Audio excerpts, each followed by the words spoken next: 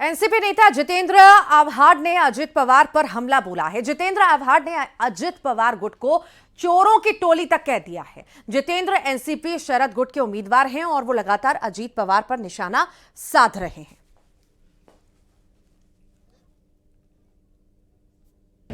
ये राष्ट्रवादी कांग्रेस पार्टी किसकी थी? चलो बताओ, जोर से बताओ। शरद पवार को एक दिन अजित पवार आता है, धक्का मार के बाहर निकाल देता है और जाते जाते उसके हाथ से घड़ी भी छीन लेता है। ये पाकिटमारों की टोली है, पाकिटमारों की।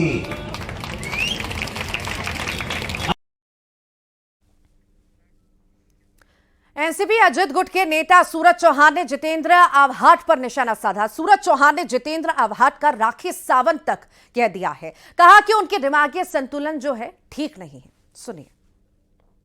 जितेंद्र आव्हाड का मानसिक स्वास्थ्य खराब होने के कारण वो जानबूझकर प्रसिद्धि पाने के लिए ऐसे विधान कर रहे हैं। मुझे लगता है कि जितेंद्र आव्हाड को हार सामने दिख रही है, इसलिए उनका मानसिक संतुलन बिगड़ चुका है। राष्ट्रवादी कांग्रेस पक्ष उनका मानसिक संतुलन का जो भी खर्चा आएगा वो रिकवरी करने के लिए हम पूरा खर्चा उठाने की जिम्मेदारी हम लेते हैं। जितेंद्र आव्हाड महाराष्ट्र के राजनीति के राखी सावंत है, जो प्रसिद्धि पाने के लिए ऐसे विधान करके वो पब्लिसिटी पाना पसंद करते हैं। महाराष्ट्र की सियासत में उद्धव गुट के सांसद अरविंद सावंत के विवादास्पद बयान के वजह से कोहराम मचा हुआ है। हालांकि उन्होंने अपने बयान पर माफी भी मांगी है। इसके बावजूद साइना एनसी उन पर हमलावर हैं। उनके माफी मांगने के बाद साइना एनसी ने बड़ा पलटवार करते हुए कहा कि एक तरफ अरविंद सावंत माफी मांगते हैं, दूसरी तरफ संजय राउत कहते हैं कि माफी नहीं मांगूंगा। साइना एनसी ने कहा है कि वो कौन होती हैं माफी देने वाली। मुंबा देवी की महिलाएं ही अरविंद सावंत को जवाब देंगी। अरविंद सावंत ने माफी मांगी 30 घंटे बाद और संजय राउत ने बिल्कुल विपरीत कहा कि मैं माफी नहीं मांगूंगा और क्यों माफी मांगना चाहिए। संजय राउत ने कहा कि मैं इंपोर्टेड माल हूं। सर्वप्रथम तो मैं ये बोलूंगी कि संजय राउत जी, आपको आपके फैक्ट्स नहीं पता है। 3 पीढ़ियों से हम दक्षिण मुंबई में रह के काम कर रहे हैं। मैंने इसका फोटोग्राफिक एविडेंस भी बताया है। मेरी ननिहाल है मदनपुरा नागपाड़ा में, जहां से मुंबा देवी क्षेत्र में मैं लड़ रही हूं। और कहीं ना कहीं उबाटा सेना को क्लियर करना चाहिए कि उनका ऑफिशियल स्टैंड क्या है, माफ़ी या नहीं माफ़ी। और जो अरविंद सावंत माफ़ी ही मांग रहे हैं तो मुंबा देवी के हर एक महिला को माफ़ी मांगे, वो ही बेहतर होगा। और उधर अपने विवादास्पद बयान पर माफी मांगते हुए उद्धव गुट के नेता अरविंद सावंत ने कहा कि उनकी भावना किसी को ठेस पहुंचाने की नहीं थी।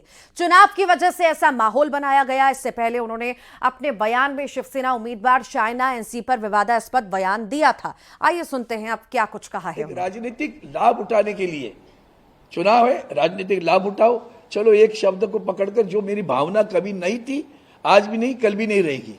और मैंने किसी व्यक्तिगत नाम भी नहीं लेके आया था, फिर भी वो उसको जिस तरह से माहौल बनाया जा रहा है वो देखकर दुख होता है कि मेरे ऊपर कभी कुछ इल्ज़ाम लगाना की कोशिश बहुत बार हुई, लेकिन नहीं पकड़ा गया। तो चलो, इधर कुछ एक शब्द को लेकर चलो इनकी प्रतिभा भी मलिन करे, तो उनके लिए उनकी बड़ी बड़ी टीम बैठती रहती।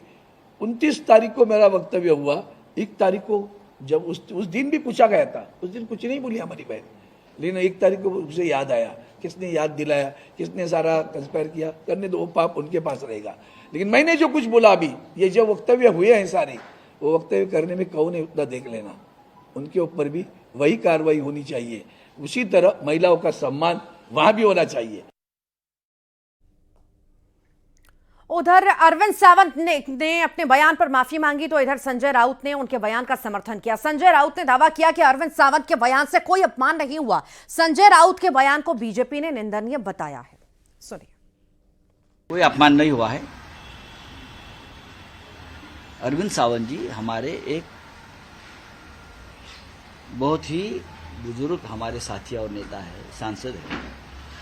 क्या कहा अरविंद जी ने? अरविंद जी ने इतना ही कहा है कि ये जो कि भाजपा की महिला उम्मीदवार है, वो इस क्षेत्र में मुंबा देवी में बाहर से आई है, इंपोर्टेड माल है। अगर इंपोर्टेड माल है बाहर का, उसमें महिला का अपमान कहाँ होगा? जो बात संजय राउत जी ने कही है महिलाओं के प्रति इंडी गठबंधन की भर्त्सना योग्य, निंदनीय और निम्न मानसिकता का प्रतीक है। और दूसरा, मैं उनसे पूछना चाहूंगा, ये बाहर की डेफिनेशन कहां तक है? सिर्फ पार्टी की सीमा तक है, महाराष्ट्र की सीमा तक है, या देश की सीमा तक है? कितने बाहर के लोगों से समर्थन ले रहे हो मेरे भाई?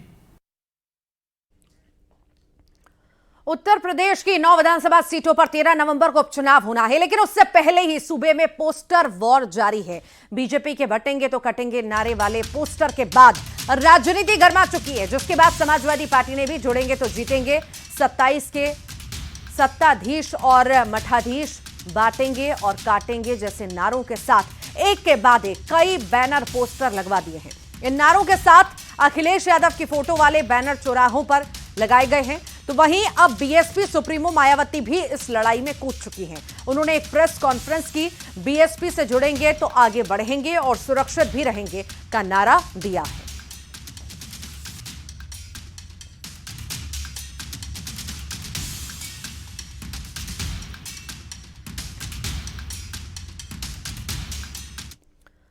जम्मू कश्मीर की राजधानी श्रीनगर के संडे मार्केट में रविवार दोपहर ग्रेनेड धमाका हुआ है और इस धमाके में कम से कम 15 लोगों के घायल होने की खबर है। सभी घायलों को नजदीकी अस्पताल में भर्ती कराया गया है। ये श्रीनगर का हम जिक्र कर रहे हैं। ग्रेनेड धमाका यहां पर हुआ है। आतंकियों ने सुरक्षा बलों के वाहन पर ग्रेनेड फेंके और फिलहाल अब तलाशी अभियान शुरू हो चुका है।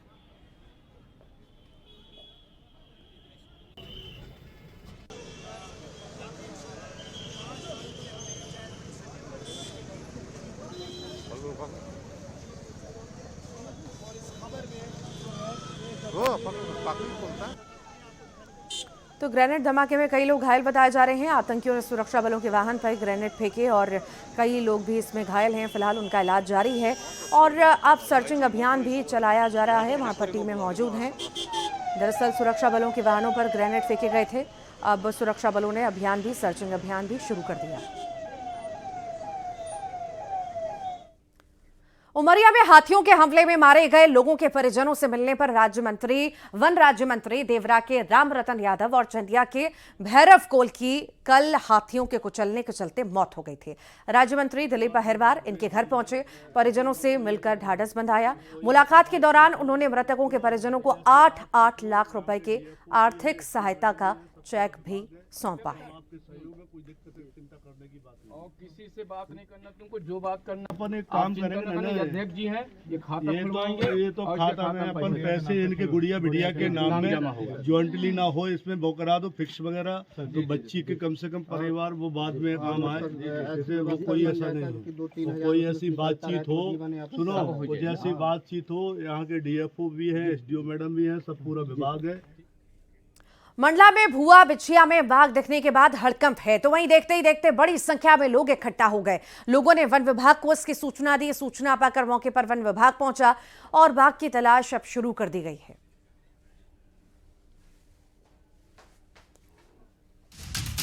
तो बाघ को देखकर के लोगों में डर का माहौल है। कहीं ना कहीं वन विभाग को सूचना दी गई, वन विभाग की टीम पहुंची है। साथ ही साथ अपील भी की है कि अपना ध्यान रखें और सतर्क रहें। ये भुआ बिछिया में बाघ दिखने से हड़कंप है। लोगों का जमावड़ा वहां पर आ गया, इकट्ठा लोग हो गए और कहीं ना कहीं डर उनके अंदर पैदा हुआ। वन विभाग को इसकी सूचना दी गई, टीम अब सर्चिंग कर रही है। मुरैना का जिक्र करते हैं। नदी में नहाने गया युवक डूब गया, पैर फिसलने से युवक नदी में डूबा। एसडीआरएफ को सूचना दी गई। एसडीआरएफ ने युवक को सकुशल बाहर निकाल लिया। एसडीआरएफ ने युवक को पुलिस के सुपुर्द भी कर दिया। तो पैर फिसला, नहाने के दौरान युवक डूब गया। हालांकि राहत की बात यह रही कि समय रहते एसडीआरएफ ने उसे बचा लिया, सकुशल उसे निकाल लिया समय रहते।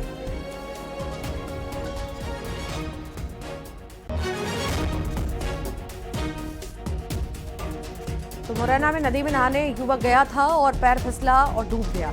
डूबने के बाद एसडीआरएफ को सूचना दी गई, जिसके बाद जल्द से जल्द टीम पहुंची और युवक को बाहर निकाला। खबर भोपाल से है, जहां पर अंकल कहने पर एक ग्राहक दुकानदार पर भड़क गया और उसकी पिटाई कर दी। दरअसल ग्राहक परिवार के साथ कपड़े की दुकान साड़ी खरीदने आया था। दुकान में साड़ी पसंद नहीं आने पर दुकानदार ने कहा कि अंकल कपड़े लेना नहीं थे तो निकलवाए क्यों। बस इसी बात पर नाराज युवक ने परिवार को घर छोड़ा और दोस्तों के साथ वापस दुकान पर पहुंचा। दुकानदार से मारपीट कर मिसरोद पुलिस ने दुकानदार की शिकायत पर मामला दर्ज किया है। फिलहाल आरोपी गण पुलिस की पकड़ से दूर है।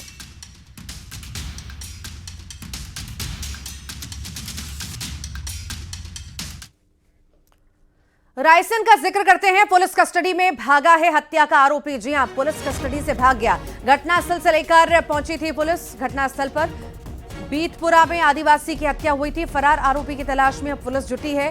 टीमें बनाई गई हैं। कोतवाली थाना क्षेत्र का ये मामला है, जहां पर पुलिस कस्टडी से हत्या का आरोपी भाग निकला है। आरोपी को घटनास्थल पर लेकर पुलिस पहुंची थी और उसी दौरान चकमा देकर के वो फरार हुआ। बीतपुरा में आदिवासी की हत्या हुई थी और उसी मामले में घटनास्थल पर इस आरोपी को लेकर के पहुंचे थे और ये फरार हो गया।